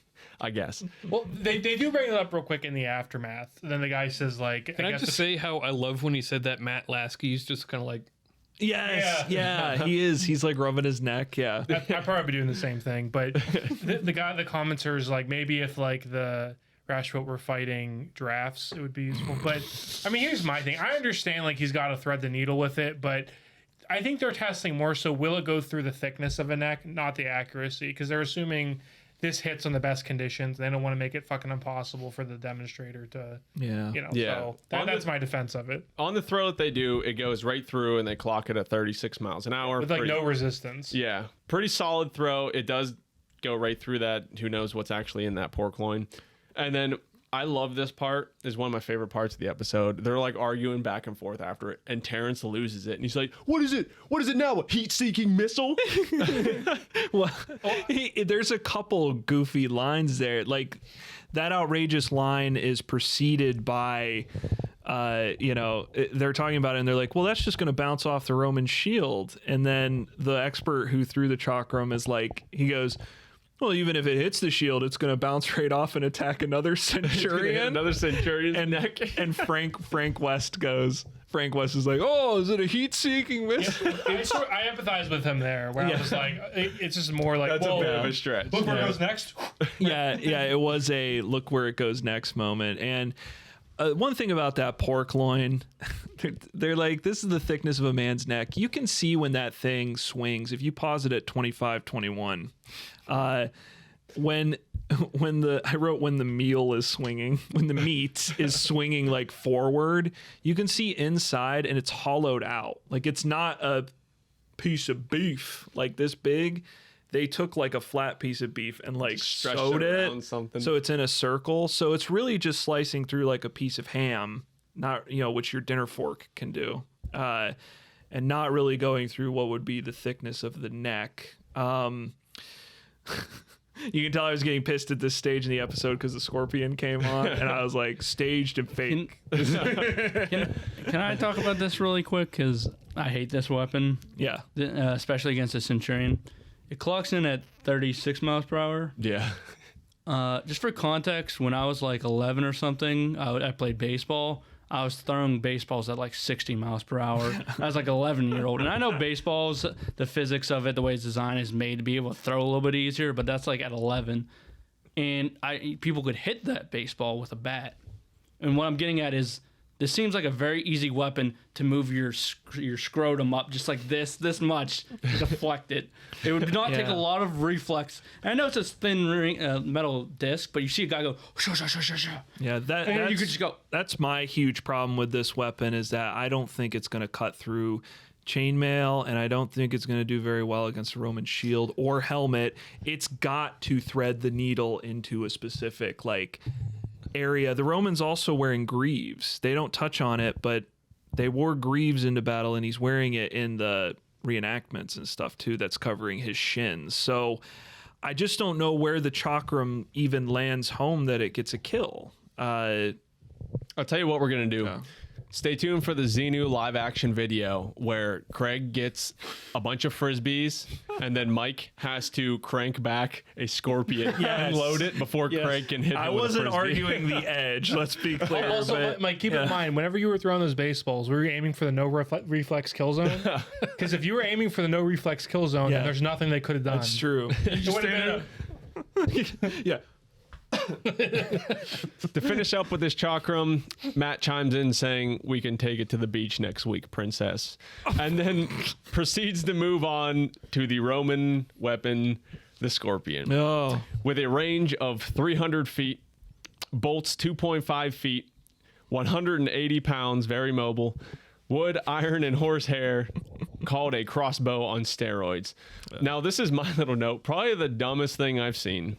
When they bring these giant-ass things into these one-on-ones, how do they take it seriously? Can we just move on? It's like with the ballista. Since Mike wants to move on, Mike, can you tell me a little bit about the Scorpion, what it was actually used for, and why no one would ever take it into a one-on-one battle? Yeah, so I mentioned earlier when I went on that whole diatribe about Roman fortifications, these things get put into fortifications and are used from mounted positions because it's an immobile weapon. And they're really effective in that and they're super intimidating when you go up. When like Celts are going up against this giant Roman fortification, they have these giant crossbow bolt launchers, and it's like, oh shit, that guy just got impaled. And it really instills fear, and then also it launches from a huge range. Yeah. With that being said, to my best knowledge, they're probably not even going to be used when the sentry is moving and in like combat with another sentry-sized unit. They're probably not even going to be used in that context. They're mainly going to be used when the fortifications are built and they can be protected and not easily ran up on. I'm reading Mike's notes. It says, "Fuck them bringing this. I hate this. The experts have no idea what they're doing." And Mike's not wrong. So Very accurate. I would just add that this is absurd to bring to a one-on-one fight. This isn't even the first one we got on the show of these ridiculous weapons, too. It's the ballista all over Yeah. again, basically. The Scorpion is an artillery piece, and it would be used during sieges. Offensively, it would be used against a fortification. Defensively, as Mike said, they would set them up in their fortifications, and so a charging army, if you can imagine massive groups of guys charging a Roman fort, and you've got hundreds of these gigantic arrows, bolts coming down in horrifying. groups. Yeah, like you are going to take out cavalry and groups of guys with that. But in a one-on-one fight, I mean, it's kind of like this, like World War I. Would you rather have a rifle or an artillery gun? Right? If it's a one-on-one fight, you would rather have a regular rifle because you can't hit one guy with like an artillery gun. Like it's just goofy. And I would add that I keep using goofy this episode because I guess that's the whole tone of it to me. Matt Lasky says, "It was the machine gun of the ancient world. Are you kidding me? Being sure to note that it was rapid fire for its time." Like as he's winding it, he's like, "No, it was rapid fire for its time." Yeah, Lucas, when you say it has a similar fire rate to a 240, Yeah, it's yeah. right about that. It's just like, Yeah, yeah. it's like bang. Bang. Yeah, whenever you fire a 240, the belt-fed machine gun, you fire one shot, you open it up, you take the belt out, Crank it. You you get go the back crank to it. the ammo box behind you, get another belt out, walk back over, put it on, do that, then still wait 10 more seconds. And I was like, this is yet another example of this terrible trope that Deadliest Warrior loves to do. We've had pirates called Delta Force, we've had crossbows called sniper rifles, and of course the Iqua was called the machine gun of blades. Well, now we have the machine gun of arrows, I guess, in the Scorpion. When they line the weapons up at the beginning of the episode, when they say like what all the arsenals are going to be, they line the Chakram across from the Pilum, which we'll see in a little bit here. And that makes sense. That's a thing that makes sense. It's like something that's thrown. I don't know why the Chakram doesn't go against the Pilum. It's the Scorpion. It's like they just wanted to bring something cool on. It's completely absurd to think like a Roman Centurion's just going to have that with him. And then as the Rajput's running at him, he's going to be able to line that shot up and like hit him with You the might arrow. get one solid shot. Had you already loaded this thing, Yes. you're in a stationary spot and someone's rushing at you. gotta You might aim and get shoot. one attempt to make a shot. You better not hit a tree. Can I bring up one thing? I was looking at the weapons, and Matt brought up earlier the pugo, the dagger. Yeah. Another weapon that the centurions or Roman legionnaires would carry are darts, which is actually, it was in the Deadliest Warrior game. Check it out. Yeah, And it was like, plumbata or whatever. yeah, it's like, what the hell do they have these darts? And it's like, that's an actual thing they would carry. Is this another small way of a whole century throwing something at once? Is these darts? And like, again, like, why wouldn't they just bring that? It's like the same size as the Chakram too. Yeah. And it's just as goofy. It's just like a small dart. It for would have killing made people. more sense. And then it's not this huge artillery piece. But whatever. I don't know anything. Just silly. Yeah, we get to the test, and Matt claims it takes 15 to 20 seconds to reload. And the targets are set up at 25-yard increments going out to 75 yards, and they're given 6 bolts and what I presume 3 hours to fire all of them. Then we get a look at Matt, who looks like he is just struggling to wind this thing up and misses like half of the shots in the upper corners of the target. Not me. I would have hit all of them. It just seriously Matt. the most like embarrassing, unimpressive tests. Everyone else is sitting back there, just arms crossed. Guggen's face during the whole thing is hilarious. He's sitting. They've just tested the Chakram, and he's watching Matt shoot at these arrows at heavy bags, and people are trying to react like anytime one hits, they're like, "Oh!" And Guggen the whole time is sitting there like this. like just, and you can tell the gears are turning in his mind. He's just like, this is stupid. The gears were turning on that scorpion pretty slow. I want to give a couple thoughts on this test. First, like whenever you see a long range test on this show, you know the quote from Mr. Rogers that's like, whenever like something bad in the world happens, look for the people helping. Whenever they do a long range test in the show, look for the other arrows all around the target. Yes. Because on this one, you see like just, I mean, maybe they're not tons, but like I would say maybe like half a dozen arrows around the target. And of course, they don't show those misses.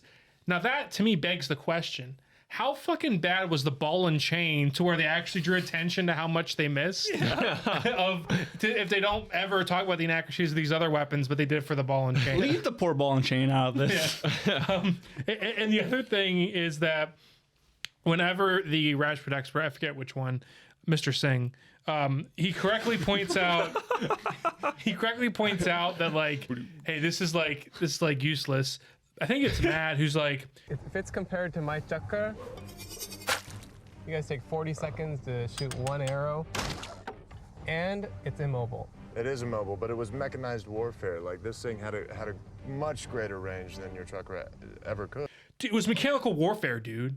Like, what the fuck cares? What does that mean? Yeah, this is mechanized warfare. Like, and the guy's like, okay, well, whatever it is, it sucks. Like, cool. Which might be one of the worst comebacks I've heard so far. It was mechanical warfare. Now, we did pick on Guggen earlier with the Qatar hero line, but this time around, he says, he has a great one where he's like, oh, the scorpion, I love the scorpion. What the hell do you do with a scorpion?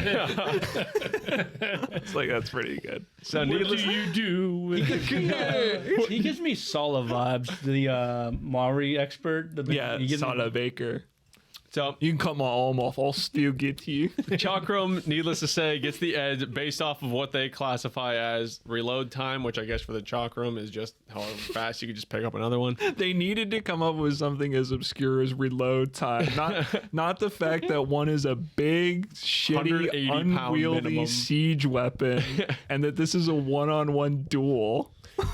I was gonna ask you guys how you feel about this edge, but we're just gonna move on from this. It's fine. We get another excerpt here about how the Romans fought in these like tank-like formations. Rajput fought one-on-one. These are kind of getting repetitive in this episode. These excerpts. It's almost as if they're beating a theme into your head here. Yeah, like that's foreshadowing for one-on-one is Rajput, in formation is Roman. That's all you get from these. So we move on to the Rajput weapon. Here's my little interjection here. This is probably one of my least favorite weapons of this season. The Ara, range 8 feet. The actual thing is 6 feet long. It is 1.5 pounds. Flexible steel blade called a mixture between a whip and a sword. Now, Craig, can you tell me, is this a real weapon used in warfare? Because I have a feeling this might be something used in like, I did not look it up. Is this something used for like ceremonies or like something more along that line? Because I can't see this being used on like front lines in a battlefield. I think it is used in the ceremonies. It's sort of like how a lot of the Shaolin weapons, it's now like this tournament thing of like they show off with it. They have the one guy come in, kind of like the Shaolin guy, who's like an expert in it. Yeah. I think at one point it might have been. It's one of those weapons that as a kid I had a hard time wrapping my mind around. I'm like, is this a fucking sword? But so as for what I found, it's also known as the Urumi. If you search R, you'll just get a Deadliest Warrior wiki, but if you search Urumi, you'll find some info about the actual chain weapon. whip chain. Yeah. So it's made from iron or brass, and it's more of like a steel whip where it's like a long fucking thing of like steel. So light steel, obviously, it's like bendable, but it's not. I mean, it's sharp, but you can think of it really more as a whip, just with a really irregular whip, whatever you call that. If you want to try it, take a tape measure out about 8 feet and start Hit your little brother with it. Yeah, basically. Sometimes what's crazy, there would be multiple whips on one pommel, so you would have just like I think of like those pictures of like General Grievous where he has like 80 lightsabers just at once. I've seen pictures like on Wikipedia. They have like this guy. He has like he holds it in his hand, and there's like 12 coming out of each hand because you could sometimes dual wield them too. So you were just like total General Grievous. It reminds me of, you remember that SpongeBob where he's like jumping rope and he gets caught all up in it and he pulls it and then goes into like 4 cubes. Yeah, that's what I imagine happens with this thing. Yeah, I mean, I'd be curious to see what it would do with a real human. I mean, not to spoil the test, but it like he like cuts, doesn't he like cut one of their heads off, and it's like Sort of. Would that happen? He like knocks the mannequin's head off. Yeah. But Brendan, did you find anything? Yeah, apparently it was part of the Indian martial art Kalaripayattu, and this is similar to Kung Fu, where it like teaches you the various weapons that like the Buddhist monk had, and this is the last one since it's so dangerous. And this was mainly used for like just walking around like any town or village or something. Like if there was somebody around, you could use this to like if multiple people were attacking you. But this really wasn't used for war. It was used for personal defense. Could you see like you're like fuck with somebody and they pull out this like multi-chain like uru and it's just like They should have had the aura go up against the Centurion's vine staff. What weapon was better at beating the civilian population just into submission? Yeah. His little wooden stick that he just like. But they're nice people. So for the test on this one, they bring in no one like on our show is daring enough to use this weapon because it probably end up like giving yourself massive paper cuts. They bring in, I'm sorry, I'm going to butcher his name, Sukhawinder Singh is brought in to demonstrate the weapon because it is so dangerous. They set up 3 dummies dressed like Roman centurions for Sukhwinder to hit. He then proceeds to spin around about 3,000 times, getting a couple hits and nicking up the floor a bunch. Harmon says it has the potential to kill, just kind of trying to justify it. He kind of like, he nicks one of the heads, but you can tell it's just like a foam dummy head set on top, and it kind of slides off, and he gets a couple. I'll give him props to him on like getting cuts, like where the carotid artery and everything. Well, he got one on the face or whatever, and Dr. Dorian was like, if that hits the carotid artery. But I always kind of thought that was meaningless because like if you hit with any weapon in the carotid artery, like The carotid artery with a fork. yeah, right, exactly, like with a dinner fork. Terrence calls this weapon. He comes up and he goes, "That weapon's impractical," with a straight face after they just watch them fire a giant crossbow, and then they officially declare this weapon a bitch slap with no kill ability. Nice. if you look at the guy demonstrating it, he looks so fucking nervous. Like He's so winded at the end of the test like too. because whenever like they're criticizing the whip train, he's like. He's so dejected at the end of that when they don't like it. I feel so bad for him. Jeff comes in. He's like, I'm seeing fatigue in the man. He's like, I'm not tired. He is like out of breath though by the time Poor he's done guy with that just thing. working his heart out and just I see fatigue in the man. Yeah, he's like, what the fuck you want me to do? This is a ruler. No, yeah, they straight up. One guy holds like the hoop above his head, and they just come up and one by one dunk on him. Yeah, I do recommend. I'll insert some footage that I found of people using this weapon. It really does look like you and your little brother playing with a ruler, whipping each other. And these are supposed to be the trained people because they're just like. It's very like not super graceful. Where do you start with that thing? Like I would be terrified just to do like the first. No, one. check it out. You pick it up and you go find a trash can. You put it on top of the scorpion and launch it. I look at it very similar to the chain whip that the Shaolin brought. Is that Whip chain? Yeah. Whip chain, chain whip. In that a whip is a whip by they should have brought Albert on to test our to do that move.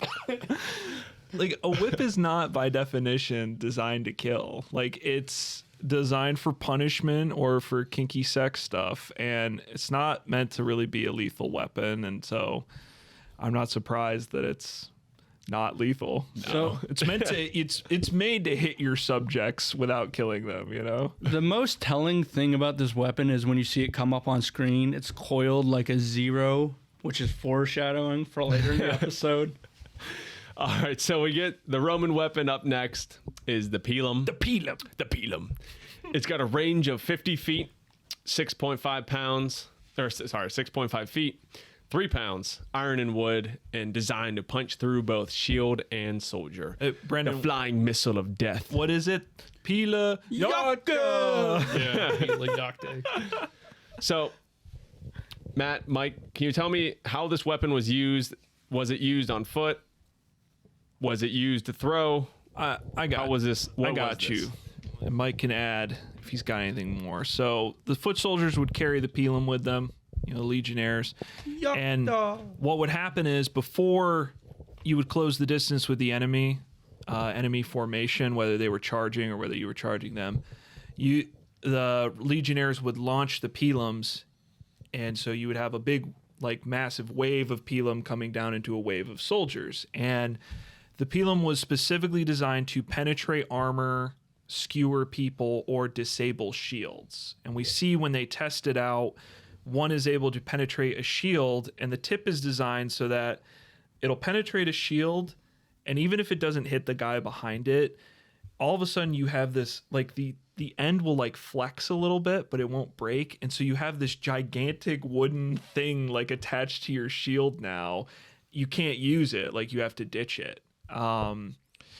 And yeah, it would go through chainmail and other armor, skewer guys up. So that's what you see is what you get. It was part of the standard package of a legionary. It definitely has an interesting look to it, where it has a little square type base and just a long, what looks like a needle almost. Yeah, it definitely doesn't look like a traditional spear or a traditional javelin. And that is there's some that are designed to be used as melee weapons that have a more static tip, shall I say? But this was different than their spear that they don't cover on the show. They had a separate spear. The Hasta was a more traditional leaf shaped blade. The Pilum is made for throwing primarily, and the way the tip is designed, where you have that fat kind of tip at the end there, the mushroom head, that'll penetrate a shield, and then it gets a little thinner, right? What was the Roman word for shield again? Scrotum. It'll penetrate right through the scrotum. Wait, can I get a demonstration of what it would look like? So you got the head here, and then you have the shield formation down here. Yeah, and then the shaft. Yeah. So,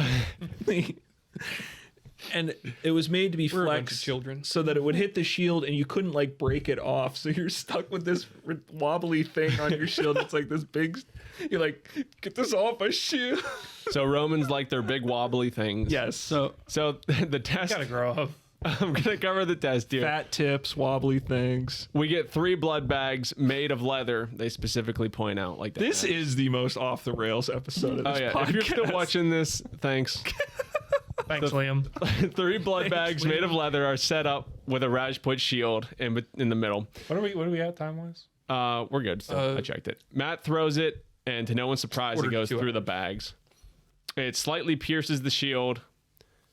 Kind of a dumb test with the bags that it goes through. Yeah. It's just leather bags. Come on, Jeff. Why are you designing this one? Does anyone have any opinions on the edge between these two? I think it's pretty cut and dry. The Pilum gets it for its more lethal potential. One is lethal, one's not. I really want the world where the Pilum went up against the Chakram and then they tested the Scorpion against the Aura. And it's just gotta go. Just get. It probably was originally like that, and then they realized that those two were really underwhelming. The Scorpion was not that cool, and it was impractical, and that the Aura is the same thing, kind of. And they were we can't have how are we gonna give an edge? Whatever, but it is that time of the night. Enactment. The Sim. Ladies and gentlemen, I am not only your host tonight, but I am also what I am now referring to on the podcast as your Sim Master. Yeah. And I will be your Sim Master for this episode. Simp.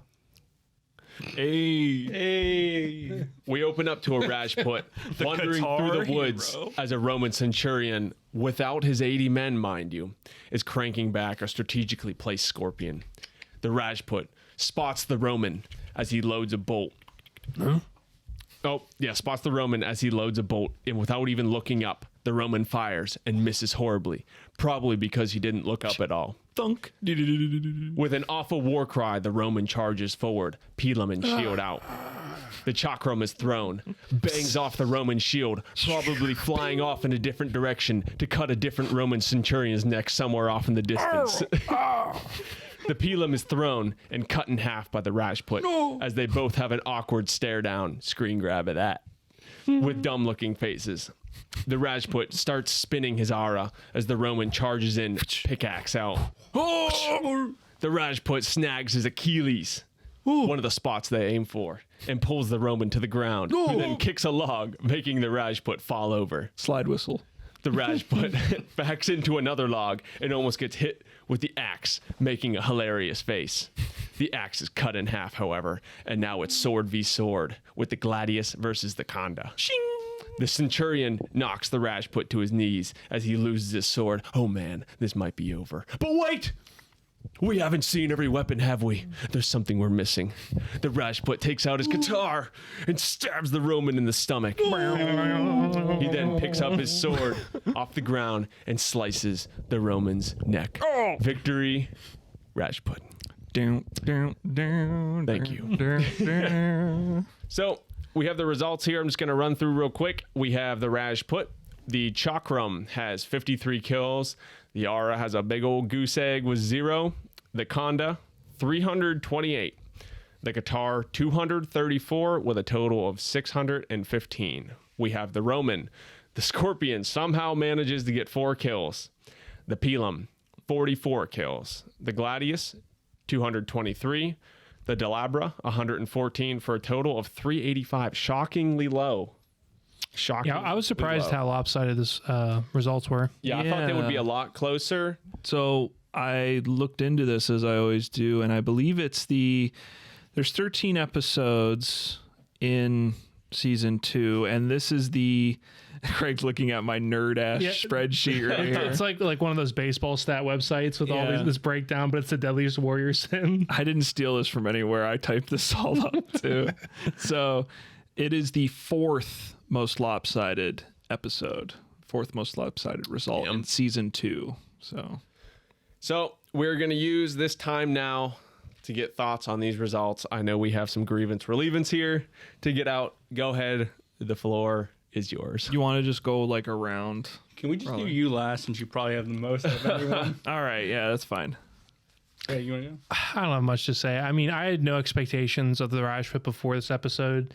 I'm glad I learned about them. They're pretty cool. I don't know if they're exactly what the show represents, but I respect them highlighting some lesser known warriors, and the weapons are cool, and I enjoyed researching them. So I'm fine with this episode, and I like it. I'm of a mixed opinion on this episode. I can't really make up my mind.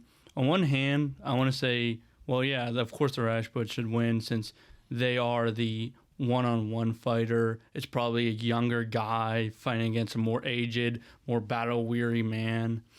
But then we see the weapons, and the Rajput gets 3 weapons that are, in my opinion, are just, well, 2 of them are useless, and then one of them is just like, I don't think that's super practical against a sword and a shield, or like a sword and a spear. Like the guitar, you have to get so close to use those that it just doesn't make sense.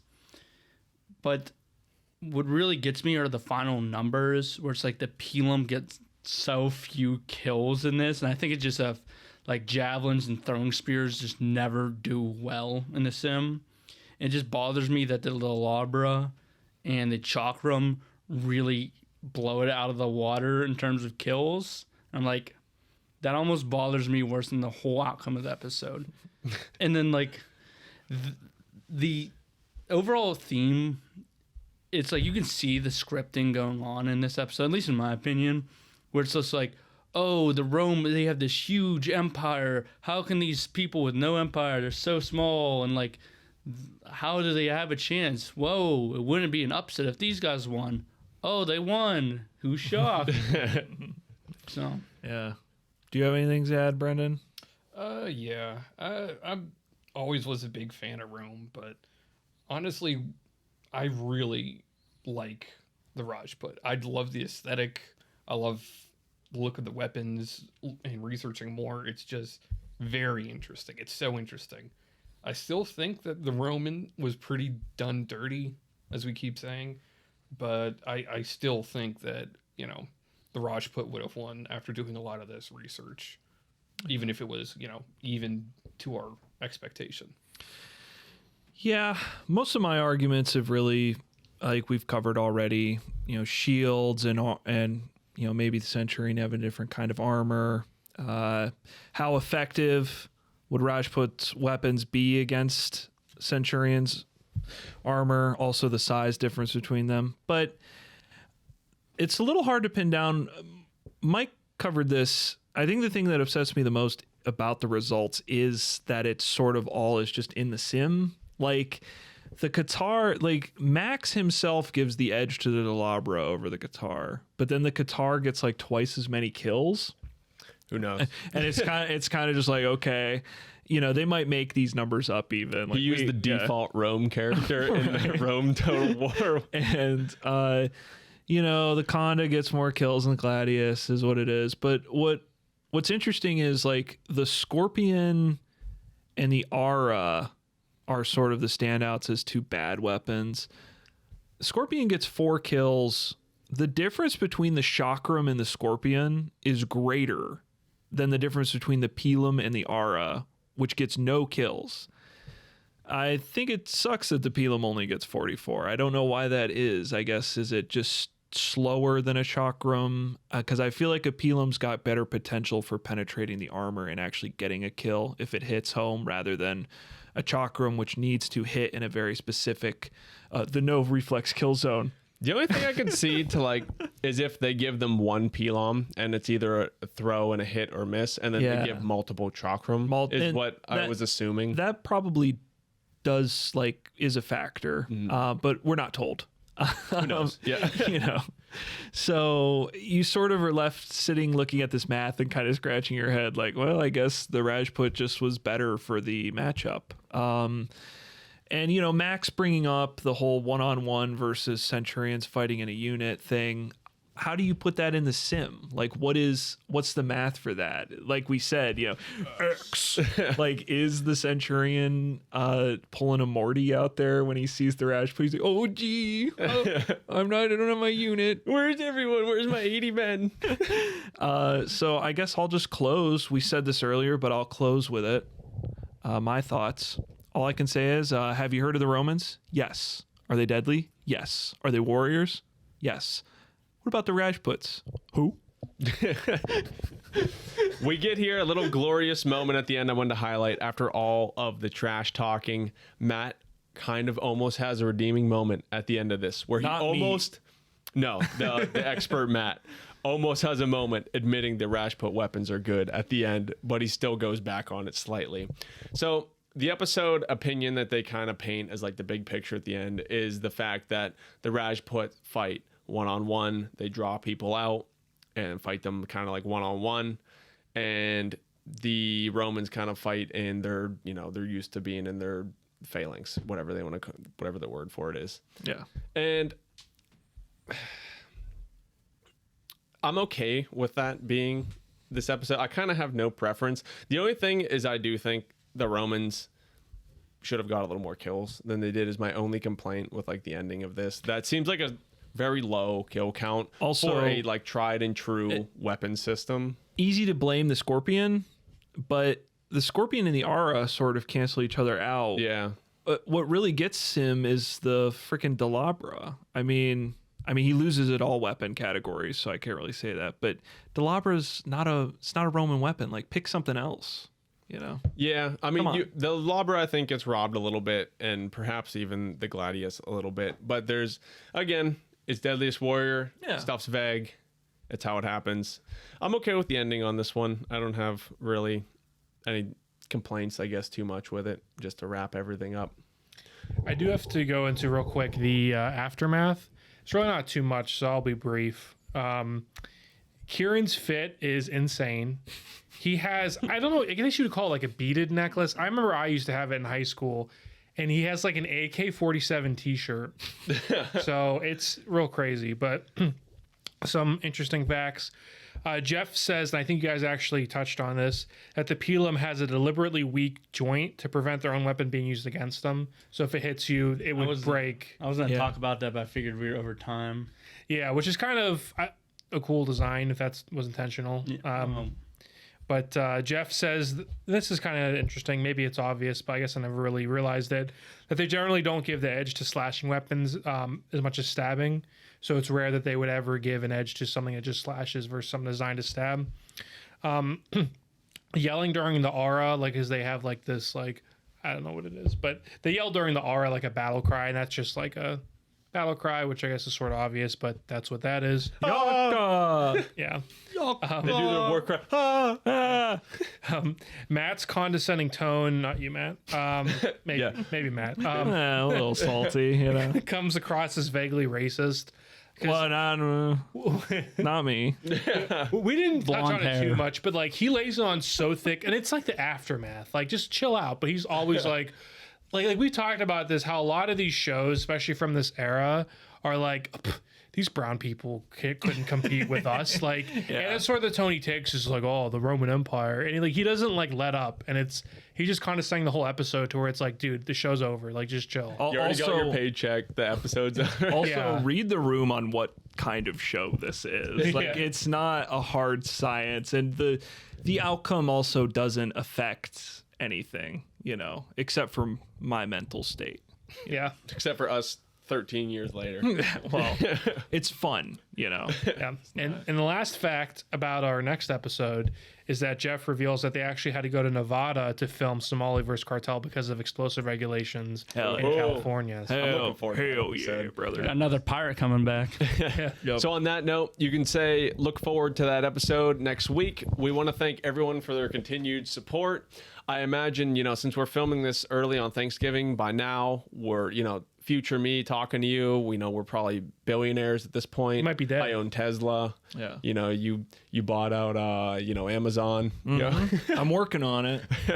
But seriously, thank you everyone who continues to support us and watch this show. Look for some of our other videos. We're getting some gameplays up. The Planet Zoo video is going to have 2 billion views. We do know for a fact, though, that Elder Scrolls 6 will not be out. No. Calling it next Cyberpunk. We'll see you next time in the Battle Zone. Or whatever they call it next episode.